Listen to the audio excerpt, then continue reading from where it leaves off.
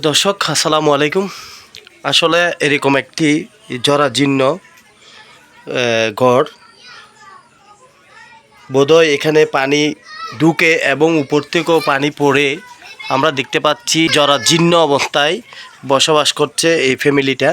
বোয়ালখালীর পোপাদিয়া ইউনিয়নের এই ফ্যামিলিটা হতদরিদ্র। এই ফ্যামিলিকে অনেক অর্থ ও বিত্তবানরা রয়েছেন, তাদের সহযোগিতায় যদি তারা এই ছোট্ট ছোট্ট বাচ্চাগুলো যদি তারা স্কুলে পড়ে, স্কুলে পড়ুয়া এই ছাত্রছাত্রীদের মুখের দিকে তাকিয়ে তাদেরকে সহযোগিতা করার জন্য সবাইকে অনুরোধ জানাচ্ছি।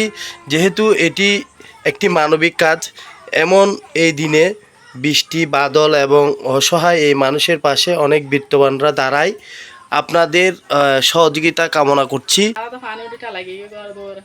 গাড়ি ঘোড়া চালাই না হারে তারা গাড়ি চালা হাঁড়লে হাইজি দিকে গাড়ি কোম্পানি এখন নিতে গুছা আর ওনারা কেন সাহায্য করেন গড়লে আমার ঘর একবার ভাঙ্গি চুরি করি এই গুজারে পোপাদিয়া এই আপনারা এই ঘরটি আপনারা দেখলেই বুঝবেন, তাদের উপরেও পানি পড়ছে, নিচেও পানি পড়ছে। তারা খুব অসহায় অবস্থায় এখানে বসবাস করছে, দিন যাপন করছে। তাদের থাকার পরিবেশটুকু পর্যন্ত ঘরে নেই।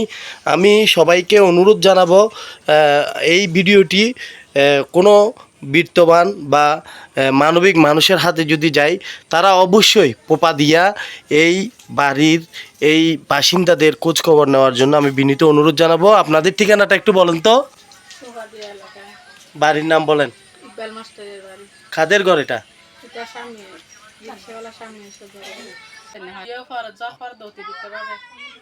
পানি ঢুকি টালাগে গরম না যে পুরো ফেডি আনি না হয় ফাসা লই এর বেশি হাসটা আছে আর ফাসা গরম তো বাইরে না হয় অতিরিক্ত ভাবে পানি হয়।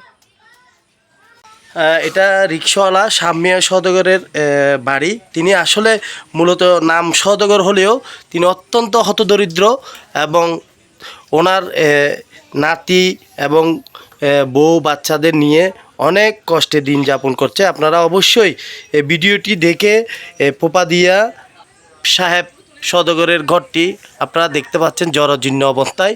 আপনারা মানবিক দৃষ্টিকোণ থেকে তাদের সহযোগিতা করার জন্য এগিয়ে আসার জন্য আমাদের চ্যানেলের পক্ষ থেকে অনুরোধ জানাচ্ছি।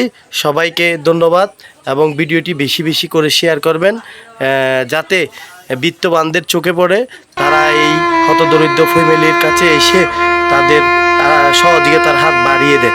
ধন্যবাদ সবাইকে। আসসালামু আলাইকুম।